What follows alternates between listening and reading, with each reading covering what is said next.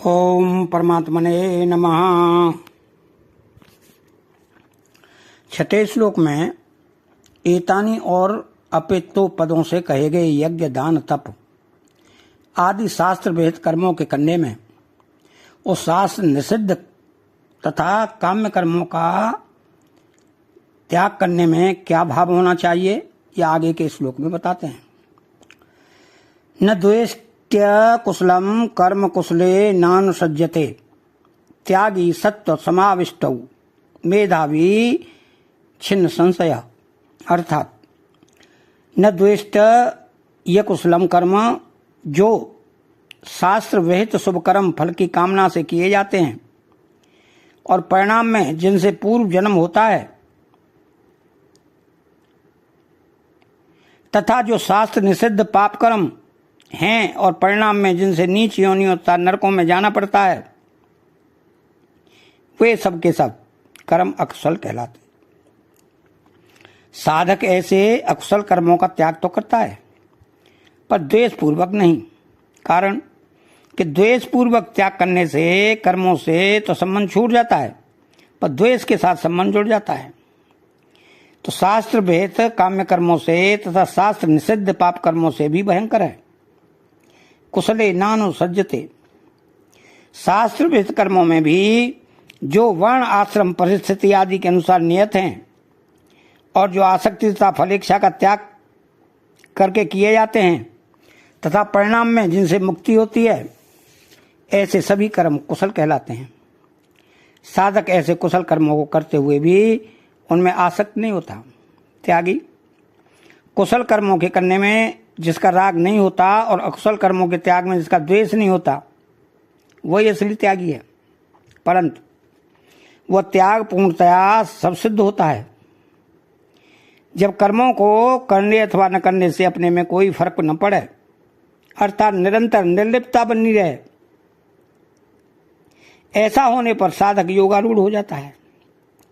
मेधावी जिसके संपूर्ण कार्य सांगोपांग होते हैं और संकल्प तथा कामना से रहित होते हैं तथा ज्ञान रूप अग्नि से जिसने संपूर्ण कर्मों को भस्म कर दिया है, उसे पंडित मेधावी तथा बुद्धिमान कहते हैं।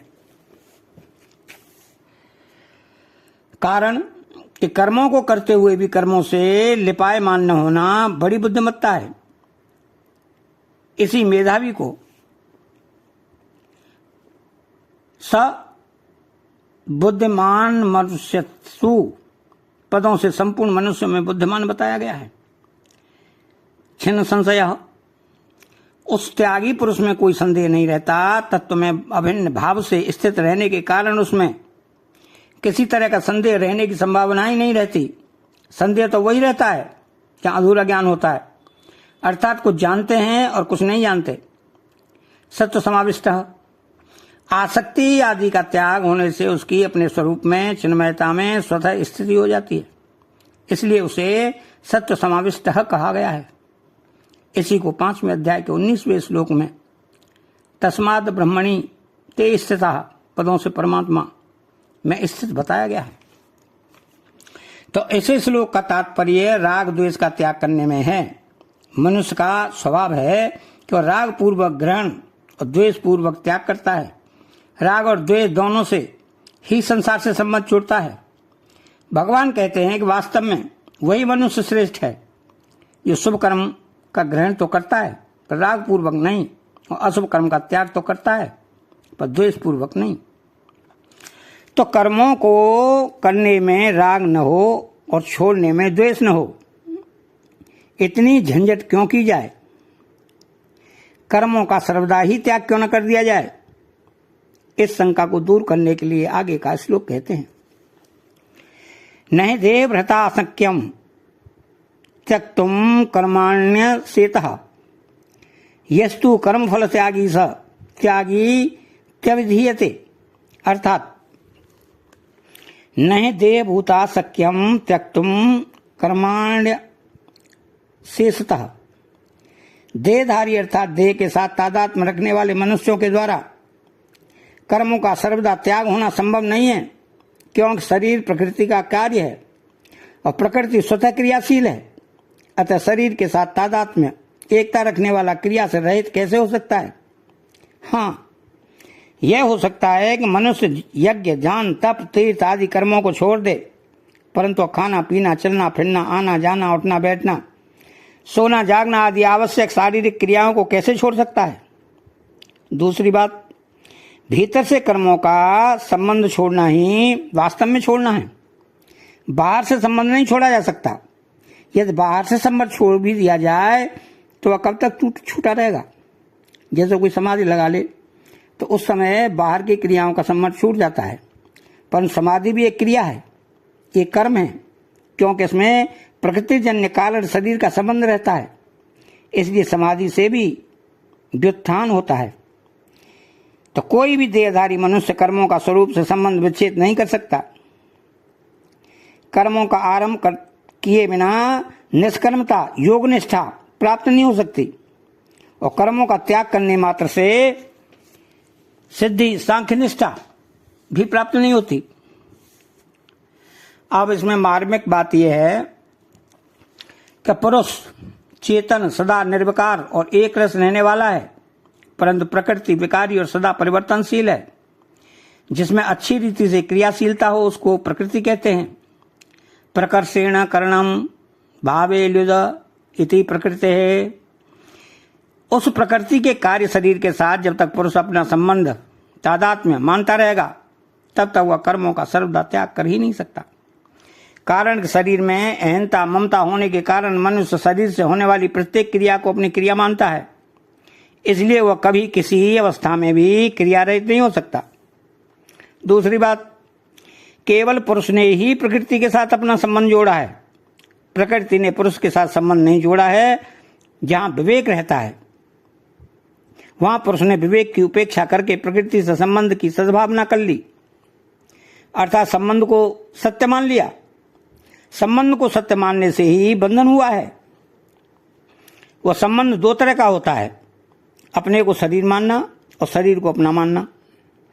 अपने को शरीर मानने से अहंता, शरीर को अपना मानने से ममता होती है। तो इस अहंता ममता रूप संबंध का घनिष्ठ होना ही देहधारी का स्वरूप है। ऐसा देहधारी मनुष्य कर्मों को सर्वदा नहीं छोड़ सकता। यस्तु कर्म फल त्यागी सत्यागी त्यभियते, जो किसी भी कर्म और फल के साथ अपना संबंध नहीं रखता वही त्यागी है। जब तक मनुष्य कुशल अकुशल के साथ, अच्छे मंदे के साथ अपना संबंध रखता है तब तक वह त्यागी नहीं है।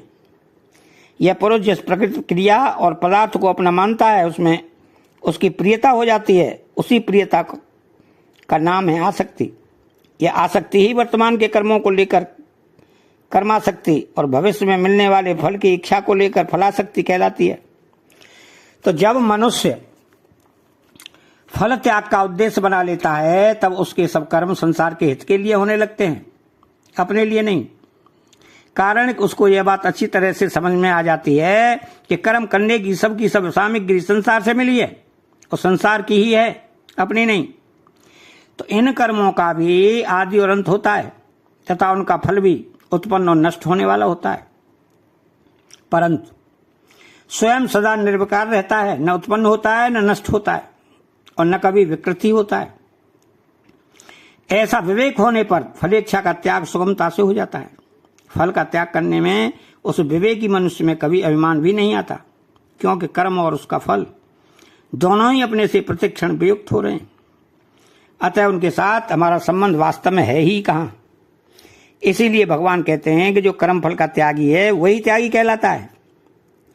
निर्विकार का विकारी कर्म फल के साथ संबंध कभी नहीं था, नहीं है, नहीं हो सकता, नहीं होने की संभावना भी नहीं है। केवल अविवेक के कारण संबंध माना हुआ है। उस अविवेक के मिटने से मनुष्यता की अविधा अर्थात उसका नाम त्यागी हो जाता है। सत्यागी त्यभिधीयते। तो माने हुए संबंध के विषय में दृष्टांत रूप से एक बात कही जाती है।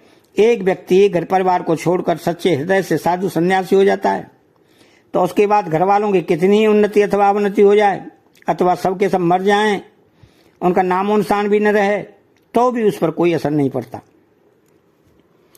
इसमें विचार करें कि उस व्यक्ति का परिवार के साथ जो संबंध था वो दोनों तरफ से माना हुआ था। अर्थात वह परिवार को अपना मानता था और परिवार उसको अपना मानता था, परंतु पुरुष और प्रकृति का संबंध केवल पुरुष की तरफ से माना हुआ है, प्रकृति की तरफ से माना हुआ नहीं है। जब दोनों तरफ से माना हुआ व्यक्ति और परिवार का संबंध भी एक तरफ से छोड़ने पर छूट जाता है, तब केवल एक तरफ से माना हुआ पुरुष और प्रकृति का संबंध छोड़ने पर छूटा जाए, इसमें कहना ही क्या है। तो यह श्लोक कर्मयोग की दृष्टि से कहा गया है। कर्म योग में कर्म फल की इच्छा का त्याग होता है और ज्ञान योग में कर्तृत्वाभिमान का त्याग होता है। तो कर्म फल त्याग का तात्पर्य है कर्म फल की इच्छा का त्याग। कारण कर्म फल का त्याग हो ही नहीं सकता। जैसे शरीर भी कर्म फल है, फिर उसका त्याग कैसे होगा? भोजन करने पर तृप्ति का त्याग कैसे होगा? खेती करने पर अन्न का त्याग कैसे होगा? अतः साधक को कर्म फल की इच्छा का त्याग करना है। फल इच्छा का त्याग करने से साधक सुखी दुखी नहीं होता। इसलिए गीता में फल इच्छा के त्याग को ही फल का त्याग कहा गया है। बाहर का त्याग वास्तव में त्याग नहीं है, प्रत्युत भीतर का त्याग ही त्याग है। अगर कोई बाहर से त्याग करके एकांत में चला जाए तो भी संसार का बीज शरीर तो उसके साथ है ही, मरने वाले का अपने शरीर सहित सब वस्तुओं का त्याग हो जाता है, पर उससे मुक्ति नहीं होती। अतः हमारी कामना ममता आसक्ति ही बांधने वाले हैं, संसार नहीं। इसलिए अपने लिए कुछ न करने से कर्मों से संबंध विच्छेद हो जाता है। यज्ञायाचरतः कर्म समग्रम प्रविलीयते। अर्थात चैनल को सब्सक्राइब करें, बेल आइकन घंटी को दबाएं और कमेंट बॉक्स में जय श्री कृष्णा लिखें। बोलो जय श्री कृष्णा।